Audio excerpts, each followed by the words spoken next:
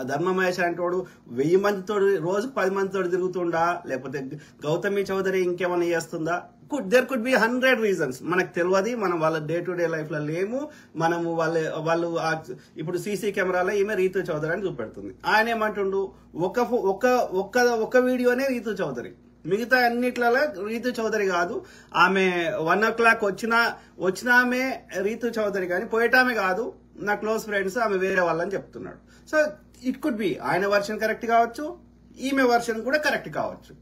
నిజంగానే రీతు చౌదరి రోజు వచ్చి తన దగ్గర పడుకుంటుండొచ్చు. Is it a public issue? అది ప్రజా సమస్యనా? కాదు. ఇట్స్ ఏ భార్యాభర్తలు, లక్షల కోట్ల మంది ప్రపంచంలో భార్యాభర్తలు అనేక విషయాల్లో కొట్టుకదస్తున్నారు.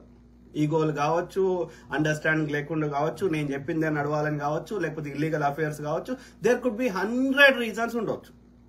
అవన్నిటికీ మీడియా ఏం చేయగలుగుతుంది అనేది నా క్వశ్చన్ మార్క్.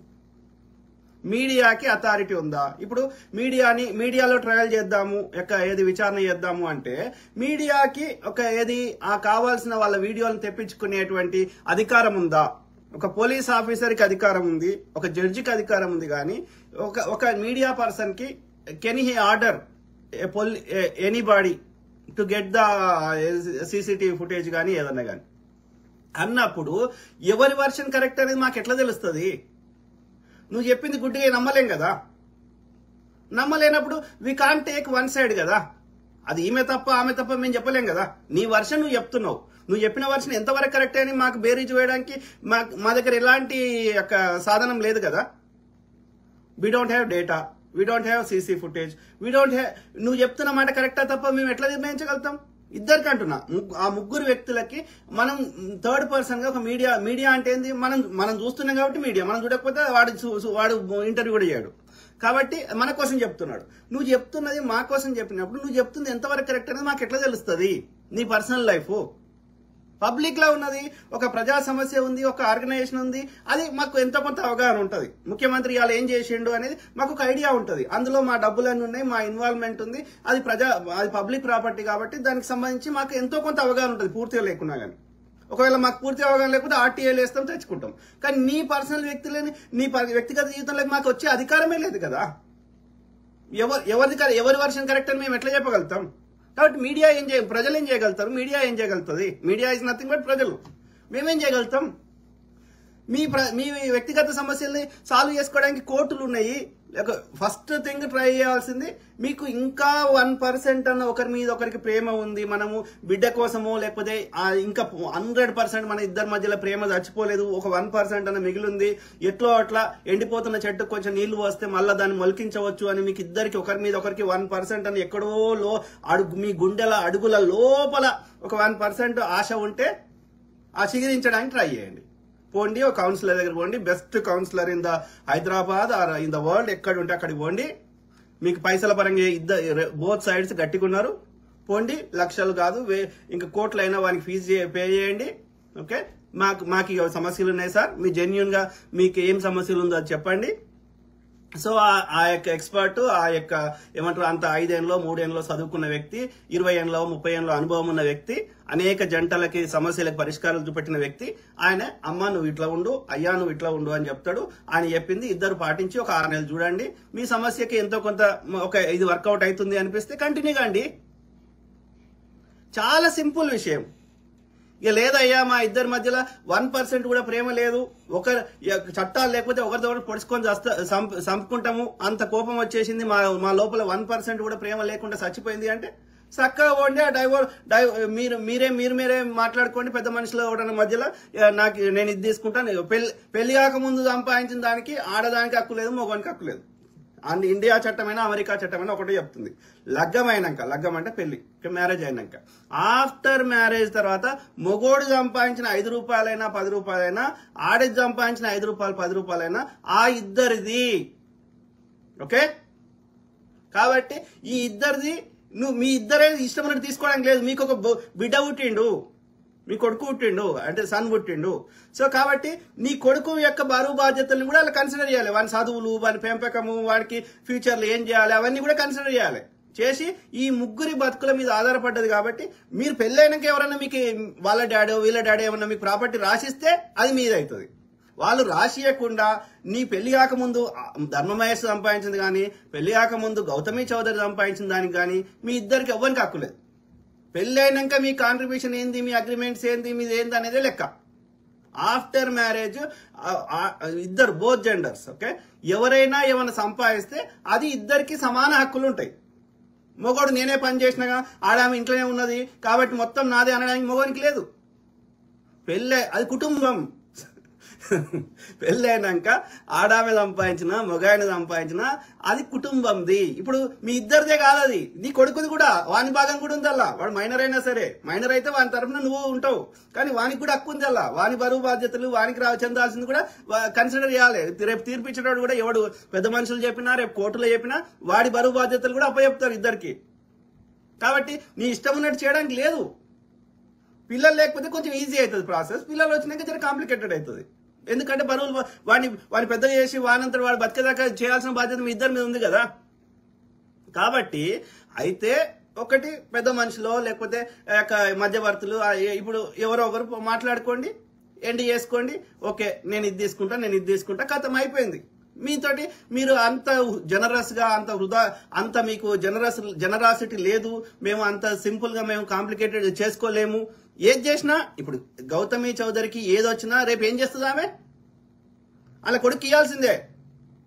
ఈయనైనా ధర్మమహేష్ అయినా రేపు పొద్దున ఆయనకి అందులోకి వెళ్ళి ఏమన్నా వచ్చినా వాడి కొడుకు ఇవ్వాల్సిందే. లేదంటే ఒక అగ్రిమెంట్ పెట్టుకోండి, నీకు ఇచ్చిన దానికెళ్ళి ఒక 50% కొడుకు మీద రాయండి. ఇప్పుడు ఇద్దరు సమానం చేస్తారు కదా, అల్లకెళ్ళి సగం కొడుకు చెందేటట్టు వానికి తర్వాత చెందేటట్టు లీగల్ గా రాయండి బైండింగ్. అంటే నీకు 25 వస్తుంది, 50% కొడుకు వస్తుంది. మీకు 100 రూపాయలు మీ దగ్గర ఉంటే 25 రూపాయలు నువ్వు తీసుకో, 25 రూపాయలు ధర్మమహేష్ తీసుకుంటాడు, మిగిలిన 50 రూపాయలు కొడుకు చెందేటట్టు చేయండి. ఇప్పుడు ఎవడు తీసుకోడు, రేపు వాడు పెద్దగా 21 ఎంతో వచ్చినాక వాని చదువులకో వానికి దేనికో వాడు వ్యాపారం పెట్టుకుంటాడు, వానికి ఎందుకో వాడుకోండి. 50 రూపాయలు వానికి కొడుకు పేరు మీద రాయండి, మిగిలిన 50 రూపాయలు సరిసగం పంచుకోండి. ఏది కొట్లాడేందుకు? అరే సింపుల్ థింగ్స్ ని ఎందుకు కాంప్లికేటెడ్ చేసుకోవాలి? ఇద్దరికి సమాన హక్కులు ఉన్నాయి. ఆడామె పని చేసినా చేయకపోయినా, మొగోడు పని చేసినా చేయకపోయినా పెళ్ళైనక సంపాదించిందే మీది, పెళ్లికి ముందు సంపాదించింది మీది కాదు, ఎవరిది కాదు. గౌతమి చౌదరి 1000 కోట్లు పెళ్లికి ముందు సంపాదించినా ధర్మమహేష్కి ఎలాంటి హక్కు లేదు. Same vice versa. Okay simple things ని ఎందుకు మీరిద్దరు కొట్లాడడం వల్ల అందరికంటే ఎక్కువ నష్టపోతుంది ఎవరు? మీరు టీవీలో వచ్చి కూర్చుంటే ఆ పిల్లగాన్ని, ఆ చంటిపోలే పిల్లగాన్ని, ఏడాదో 2 ఏళ్ళలో ఉన్న బాబుని ఎవరు చూసుకోవాలి? తల్లి చూసినంత ప్రేమగా, తండ్రి చూసినంత ప్రేమగా మూడో వ్యక్తి చూస్తారా? అమ్మమ్మ అయినా నాయనమ్మ అయినా. సో మీరు వచ్చి టీవీలో కూర్చుంటే ఆ బాబుని ఎవరు చూడాలి? ఆ బాబు తల్లి ప్రేమను మిస్ అవుతుండు, తండ్రి ప్రేమను మిస్ అవుతున్నాడు. You have to think about the kid, not about you. మీరు సగం జీవితాలు అయిపోయినాయి, వాడికి ఇంకా జీవితమే స్టార్ట్ కాలే. కాబట్టి యువర్ ప్రయారిటీ షుడ్ బి వాడి ఇంకా జీవితాన్ని చూడాల్సిన ఆ పిల్లల గురించి ఆలోచించాలి. మీరేంద్రా వాడు సొంతంగా తినగలుగుతాడా? వాడు సొంతంగా స్నానం చేసుకోగలుగుతాడా? వాడు సొంతంగా ఇంకేమైనా చేసుకోగలుగుతాడా? వాడు సొంతంగా ఆలోచించడానికి వాడి బ్రెయిన్ అని ఎదిగిందా? వాడి బొక్కలు ఎదగలేదు. వాడు ఇంకా ఎంతో లైఫ్ చూడాల్సి ఉంది. మీరేంది సగం జీవితం చూసేసారు కదా. పిల్లలు షుడ్ బి ప్రయారిటీ కదరా అయ్యా. మరి ఎందుకు తెచ్చినావురా? ఇద్దరిని అడుగుతున్నా, ఆమెను అడుగుతున్నా, ఆయన అడుగుతున్నా. నీ ఎందుకు తెచ్చినావు? వాడు తెమ్మన్నాడా మిమ్మల్ని భూమి మీదకి? తెచ్చినప్పుడు వాళ్ళ బాధ్యత ఎత్తుకోవాల్సిన అవసరం లేదా? అరే మీరు ఎంతసేపు మీ గోలు, మీ తలకాయ నొప్పులు. అరే మీ సగం జీవితం అయిపోయిందిరా అయ్యా. మీరు ఆలోచించాల్సింది నీ కొడుక్కి ఏది మంచిదో ఇద్దరు ఆలోచించాలి, ఆడైనా మగైనా, గౌతమి చౌదరి అయినా ధర్మమహేష్ అయినా. కాబట్టి ఆ పిల్లగాని కోసం ఒక ప్రశాంత వాతావరణంలో వాడు పెరగాలి. ఇట్లా మీరు కొట్టుకోగలిగితే రేపు వాడు క్రిమినల్ అవుతాడు యుద్ధ వాతావరణం పెరిగితే. కాబట్టి వానికి ఎట్లా మంచి పేరెంటింగ్ ఇవ్వాలి, ఇద్దరం ఎట్లా ప్రశాంతమైన వాతావరణంలో వాడిని పెంచాలి, వాని యొక్క ఎకనామికల్ సెక్యూరిటీ, వాని యొక్క ఎడ్యుకేషనల్ సెక్యూరిటీ, ఇవన్నీ ఎట్లా ఇవ్వాలని ఆలోచించాలి తల్లిదండ్రులు. ఎంతసేపు వీళ్ళ గురించి వీళ్ళే ఆలోచించుకుంటారు. 70 ఏళ్ళైనా 80 ఏళ్ళైనా సాగుకు దగ్గర వచ్చినా వీళ్ళ గురించి వీళ్ళ ఈగోలు వీళ్ళే ఉంటాయి. మరి ఎందుకు తెచ్చినారో అని భూమి మీదకి? నేను అనేది వీళ్ళని అంటలేను. I'm talking about any couple who is fighting for పెట్టి చిన్న విషయాల గురించి పోరాటం చేసే ప్రతి ఆడదానికి మగవానికి చెప్తున్నా. నేను ఒక్క జెండర్ చెప్తాను దయచేసి. ఓకే మగోడు వాడు ఎక్కువ టార్చర్ పెట్టాడు. జనరల్ గా ఎమోషనల్ గా ఎక్కువ టార్చర్ పెట్టాడు ఆడళ్ళు ఉంటారు. ఫిజికల్ గా ఎంతో కొంత దెబ్బలు వేసాడు వీడు మగోడు చేస్తాడు సాధారణంగా ఎక్కువ కుటుంబాలలో. కొన్ని ఎక్సెప్షన్స్ ఉండవచ్చు. నేను జనరల్ గా చెప్తున్నా. Okay our priority should be the kids. ఎందుకంటే వాడు నువ్వే వాడిని తీసుకొచ్చిన, వాడు అడగలేదు నిన్ను భూమి మీద ఏమని. కాబట్టి వాని గురించి ఆలోచించు, వానికి ఏది మంచిది, వానికి ఏది చెడుది, వానికి యుద్ధ వాతావరణం, మన ఇద్దరం కొట్లాడితే వాడు అందరికంటే ఎక్కువ సఫర్ అయ్యేది నా కొడుకు అని ఇద్దరు ఆలోచించుకుంటే you come to A compromise. నువ్వు నీ పేరు మీద రాసిందైనా వానికే ఇస్తావు, ఆమె పేరు మీద రాసిందైనా వానికే ఇస్తావు. అట్లా పేపర్ రాసుకోండి. 25 రూపాయలు నువ్వు తీసుకో, ఏమన్నా వీక్కో, నాకు సంబంధం లేదు. 25 రూపాయలు నేను తీసుకుంటే ఏమన్నా చేసుకుంటా. మిగిలిన 50 రూపాయలు ఏం సంపాదించిందైనా ఆ కొడుకు పేరు మీద రాయండి. వాడికి ఇప్పుడు హక్కు లేదు, వాడికి మైనర్ కాబట్టి వాడు ఏం చేయలేడు. కాబట్టి వాడు పెద్దగా అయినాక వాడు కూడా ఇష్టం చేయడానికి లేదు. వాడు కూడా వ్యాపారం చేసుకుంటాడో, వాడిని చదువులకు వాడతాడో, ఏదైనా మీనింగ్ఫుల్ వాడడానికి, ఒక ఆస్తి కొనుక్కోవడానికి వాడుకోవడం. కానీ వాడు చిల్లం పల్లం చేస్తా, ఖర్చు పెడతా, పార వస్తా అంటే వానికి కూడా హక్కు లేదు. అట్లా రాయండి, లీగల్ బైండింగ్ అయిపోయింది కదా. అటార్నీలు దొరుకుతలేరా మీకు? మంచి మంచి అటార్నీలు ఉన్నారు, ఫ్యామిలీ లాగాని, ఇంకోలాగాని, క్రిమినల్ లాగాని, దేనికైనా వాళ్ళు చెప్తారు కదా చట్టం ఏముంది, చట్టాన్ని ఎట్లా దాన్ని అనుకూలంగా, చట్టాన్ని ఎట్లా పాటించాలి, దానికి అనుకూలంగా రాస్తారు కదా. మీ ఇద్దరు ఒక అగ్రిమెంట్కి వస్తే జడ్జి మీరు కోరుకున్నది తీర్పిస్తాడు. Okay, with family with child dissolved this marriage అని తీర్పిస్తాడు. మీరు అగ్రిమెంట్ వస్తే ఈజీ అవుతుంది. మీరు అగ్రిమెంట్ రాకపోతే జడ్జి ఏమంటాడు, మీరు ఆర్బిట్రేషన్ చేయండి, మీడియేషన్ చేయండి, ఒక కంక్లూజన్కి రండి, అది ఈజీ అవుతుంది. మీరు రాలేరు, ఇట్లనే కొట్లాడితే నీ తరపున అటార్నీ లేక న్యాయవాది నీ యొక్క వాదనలు జడ్జి ముందు పెడతాడు, ఆమె తరపున న్యాయవాది ఆ జడ్జి ముందు పెడతాడు. జడ్జి ఏది న్యాయమో అది బిడ్డని దృష్టిలో పెట్టుకొని జడ్జి తీర్పిస్తాడు. పాటించండి.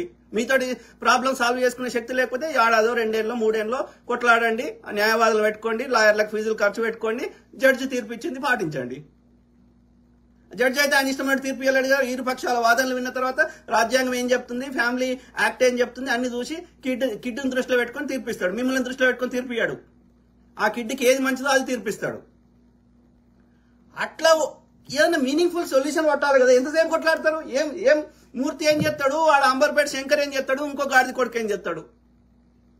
వాళ్ళు ఎంతసేపు మూడో వ్యక్తిని మీరు ఎంత చేస్తే వాడేం, ఈ పెద్ద మనుషులు ఏం చేస్తారు, లంగబాడుకోలు ఎన్ని కొట్లాడలు చూడలేదు. అందరు దొంగలే ఏం చేస్తారు, వానికి తాగుడు. తెలంగాణ టిపికల్ తెలంగాణలో అయితే, ఆంధ్రాలో కూడా అట్లా ఇంచుమించు అట్లే ఉంటది.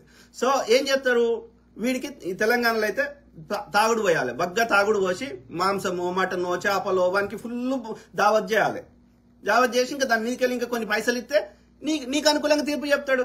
ఊకవే నువ్వు తీసుకో అని ఎవరో సైడ్ తీసుకుంటాడు. వీళ్ళు దొంగలు తీర్పు ఏం చెప్తారు వీళ్ళు. ఇప్పుడు అంబర్పేట శంకర్ ఏం చెప్తాడు, TV5 మూర్తి ఏం చెప్తాడు, వానికి ఏదో డీల్ చేసుకుంటాడు, వానికి పైసలు గీసలు ఇస్తే వాడు నీకు అనుకూలంగా తీర్పిస్తాడు. ఏముందా గిస్మత్ మండి నాకు ఇప్పి వాని బెదిరి, లేకపోతే వాని సమాజంలో వాని చెడ్డ పేరుదే, నీకు నేను 1 కోటి ఇస్తా, లేకపోతే 20 లక్షలు ఇస్తా, 50 లక్షలు ఇస్తా, ఏదో ఒక డీల్ చేసుకుంటే వాడు వ్యాపారం చేస్తున్నాడు. వాళ్ళు మీ అమ్మ వానికి కావాలంటే రోజు 1,00,000 వారేసి మంచి ఏది 16 ఏళ్ళు అట్లా వానికి ఏ ఏజ్ అమ్మాయి కావాలంటే ఆ అమ్మాయి దొరుకుతుంది. ఈ ముసలి పిల్లల తల్లితో ఎందుకు పోతాడు ఎవడు వాడు. అట్లా కాదు, వాళ్ళ ఉద్దేశం ఏంది, వాళ్ళు వ్యాపారం చేస్తున్నారు. TV5 మూర్తి అంటాడు మంచోడా, మల్లిగాడు మంచోడా, రఘు జర్నలిస్ట్ మంచోడా, అందరు దొంగలే. వాళ్ళు ఏం చేస్తున్నారు, ఎక్స్ట్రాక్షన్ చేస్తున్నారు. నీ బలహీనతలు ఏడున్నాయి, నువ్వేడ భూములు కబ్జాలు పెట్టినావు, నువ్వేడ ఏమంటారు వ్యభిచారం చేస్తున్నావు, నీ ఇల్లీగల్ దందాలు ఏమున్నాయి అవన్నీ తెలుసుకొని ఇగో నువ్వు నాకు ఇంత నువ్వు ఒక 100 ఎకరాలు కబ్జా పెట్టినావు అనుకో, వాళ్ళకే 4 ఎకరాలు నాకు రాసియకపోతే నేను పబ్లిక్ లో పెడతా. లేకపోతే నీ ఇల్లీగల్ చేసే యాక్టివిటీస్ అన్ని తెలుసుకొని వాళ్ళకెళ్ళి డీల్ చేసుకుంటారు. నువ్వు ఇవ్వకపోతే బయట పెడతా, ఇస్తే కామ్ అవుతా. వాళ్ళు దందా చేస్తున్నారు అంతే. మీడియాలో ఉన్న మెజారిటీ ఆ యూట్యూబ్లు ఇవి బయటకు కనిపించేటి మెజారిటీ ఏం చెప్తున్నారు, వ్యూస్ ల వల్ల ఎక్కువ పైసలు రావు. మిలియన్స్ వ్యూస్ వస్తే ఒక ఏదో నామినల్ వస్తాయి. అది కూడా ప్రతి వీడియోకి మిలియన్స్ రావు కదా. ఇప్పుడు ఆయన ఉన్నాడు, ఇప్పుడు ఫోక్ సాంగ్స్ ఇస్తారు, 2 లక్షలు 5 లక్షలు, కొంత ఎక్కువ ఇంకా మంచి క్వాలిటీ రావాలంటే 10 లక్షల దాకా ఖర్చు పెడతారు. అరౌండ్ యావరేజ్ గా ఫోక్ సాంగ్స్ కి 2 లక్షలు పెడతారు. దానికి ఏడ దాన్ని డిస్ప్లే చేస్తాడు, 5 నిమిషాల సాంగ్ ఎడబెడతాడు వాడు. యూట్యూబ్ లో తప్ప ఎడబెట్టాడు. యూట్యూబ్ లో వాడికి ఎన్ని మిలియన్ చూస్తే 2 లక్షలు రావాలి. ఏదో ఒక 10 పాటలు అట్లా ప్రొడ్యూస్ చేస్తే ఒక పాట హిట్ అవుతుంది, వానికి 2 లక్షలు 4 లక్షలు వస్తాయి. మరి వాడు 5 పాటలు 10 పాటలు చేయడానికి 20 లక్షలు అయినాయి. వాడికి 4 లక్షలు వస్తే మిగతా 16 లక్షలు మనకి బొక్కబడ్డట్టే కదా. కాబట్టి వీళ్ళకి యూట్యూబ్ ద్వారా పైసల కంటే కూడా యూట్యూబ్ లో పైసలు రావాలంటే ప్రతి వీడియోకి మంచి మిలియన్స్ ఆఫ్ వ్యూస్ రావాలి రెగ్యులర్ బేసిస్ లో, అప్పుడు కొన్ని పైసలు వస్తాయి. అది కూడా పెట్టుబడి లేకుండా వీడియో కంటెంట్ తీస్తే. అదే పెట్టుబడి పెట్టి సినిమా తీస్తే లేకపోతే ఫోక్ సాంగ్స్ తీస్తే ఇంకో సాంగ్ తీస్తే ఖర్చు అవుతుంది కాబట్టి వానికి వచ్చేది పెద్దగా ఉండదు. ఓన్లీ హిట్ సాంగ్ ఆడికాడికి వస్తాయి, మిగిలిన వాటికి పీక్తాయి, బొక్క అవుతుంది. వాడికి బొక్క అయితే నష్టం అవుతుంటే వాడు ఇంకేది ఇస్తాడు?